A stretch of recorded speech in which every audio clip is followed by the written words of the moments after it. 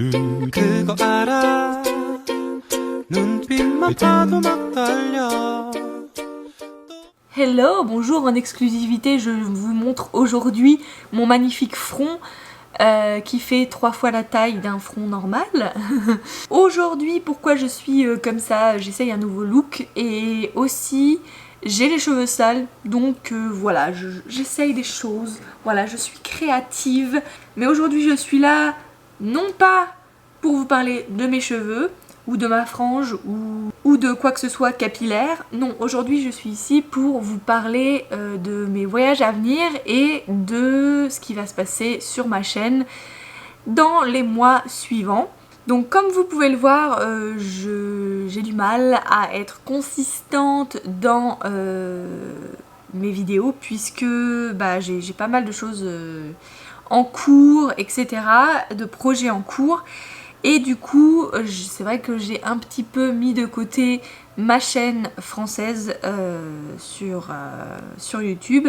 Et j'avoue que ça me manque énormément. Donc je suis de retour ici pour vous parler, pour un petit peu papoter avec vous. J'attends vos commentaires avec impatience. Donc sur les voyages à venir. J'ai 2 voyages qui vont arriver très bientôt. C'est un voyage au Canada et un voyage au Japon et en Corée du Sud. Donc je vais tout d'abord vous parler du Japon et de la Corée parce que ce voyage là c'est un petit peu un voyage exceptionnel parce que c'est notre lune de miel.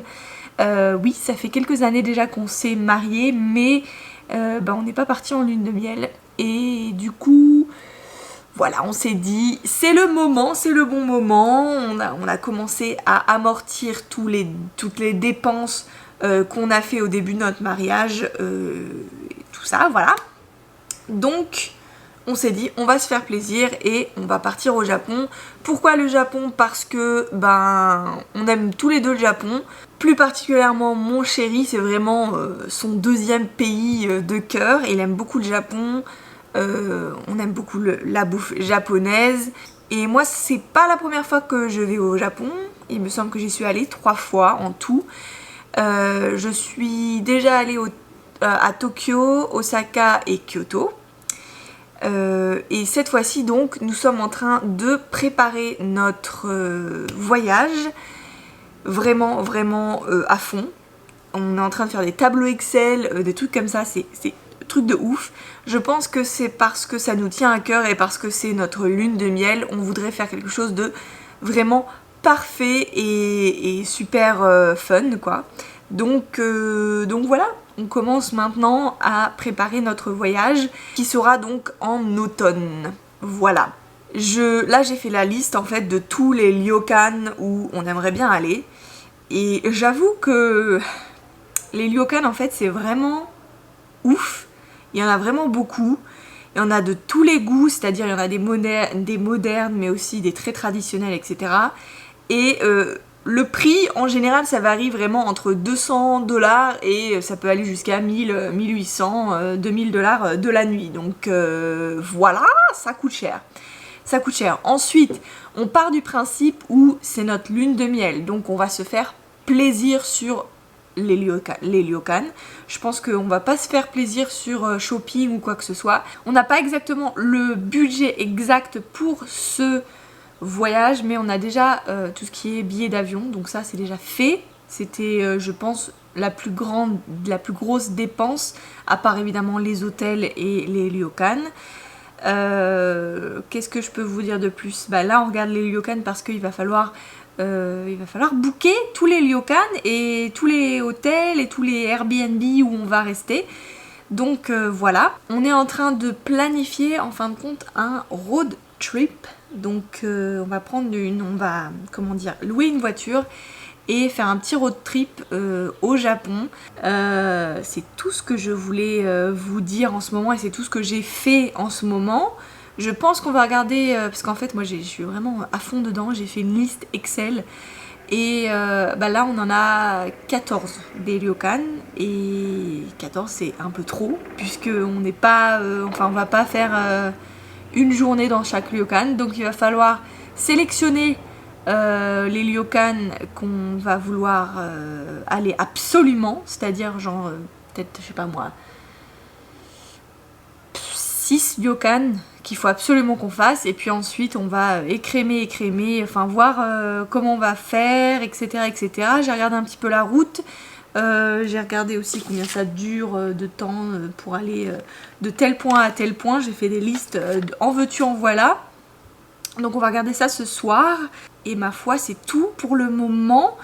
Ensuite je pense que la Corée, en fin de compte on va changer notre itinéraire parce que on est en Corée pour 7 jours et je pense qu'on va changer à 5 jours pour avoir un petit peu plus de temps au Japon.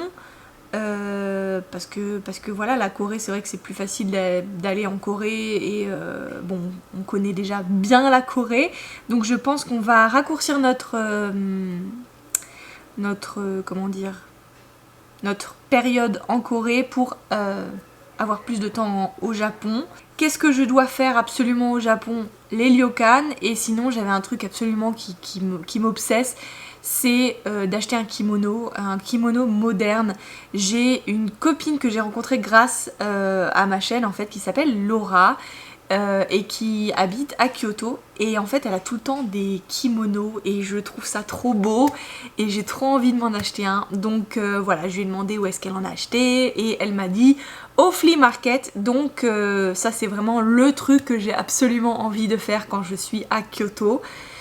Donc il y a que ça niveau shopping qu'il faut absolument que je fasse, mais sinon ça va être vraiment détente, découverte et bouffe. C'est vraiment les 3 points cruciaux de notre voyage lune de miel. On va essayer de voyager léger. Ensuite c'est vrai que voilà, c'est notre lune de miel, on va se faire plaisir niveau qualité du voyage, c'est-à-dire que bon, on va louer une voiture. Après c'est vrai qu'on va pas louer la plus chère des voitures, je pense que ça sert à rien. On va essayer de trouver la moins chère. Je sais que certaines personnes ont des priorités plus que d'autres. Moi personnellement niveau shopping je pense que je ne vais pas acheter grand chose. Donc le budget shopping va pas forcément être très élevé, mais on va se faire plaisir sur les ryokan et la bouffe. C'est vraiment les 2 trucs absolument qu'on va se faire plaisir. C'est très très excitant ce petit truc, ce petit programme de voyage. Et puis donc la Corée, je pense qu'on va y être 4 ou 5 jours ou 6 jours, je sais pas comment on va pouvoir changer notre itinéraire. Mais voilà, ça va être cool. De toute façon la Corée, je connais déjà pas mal. On va rester sur Séoul, hein, puisque ce sera sur une petite période. Donc voilà, sur Séoul, je vais juste aller à mes endroits préférés, checker un petit peu partout. Je pense que mon chéri n'est pas très très intéressé par la Corée, donc je pense qu'il va rester à la maison plutôt pour se reposer. Je pense qu'en Corée ça va être plutôt un petit voyage pour moi, hein. Donc je vais aller faire tous mes stops absolus, c'est-à-dire quoi? C'est-à-dire Myeongdong, Karusugil, Samcheongdong, qu'est-ce qu'il y a d'autre? Kondé évidemment, Kondé ça c'est obligé, et puis Sangsudong, et puis enfin tous les trucs un petit peu, voilà, on va voir ce qu'il y a, s'il y a un nouveau quartier qui est un petit peu hip, et ben on va aller voir et on va aller découvrir ça pendant 4-5 jours, même si c'est vraiment très très très court.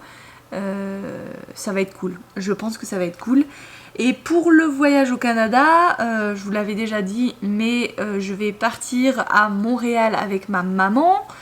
Donc ça va arriver dans pas très longtemps, donc je suis très extrêmement contente. On va aller voir en fait mon frère, parce que mon frère habite à Montréal.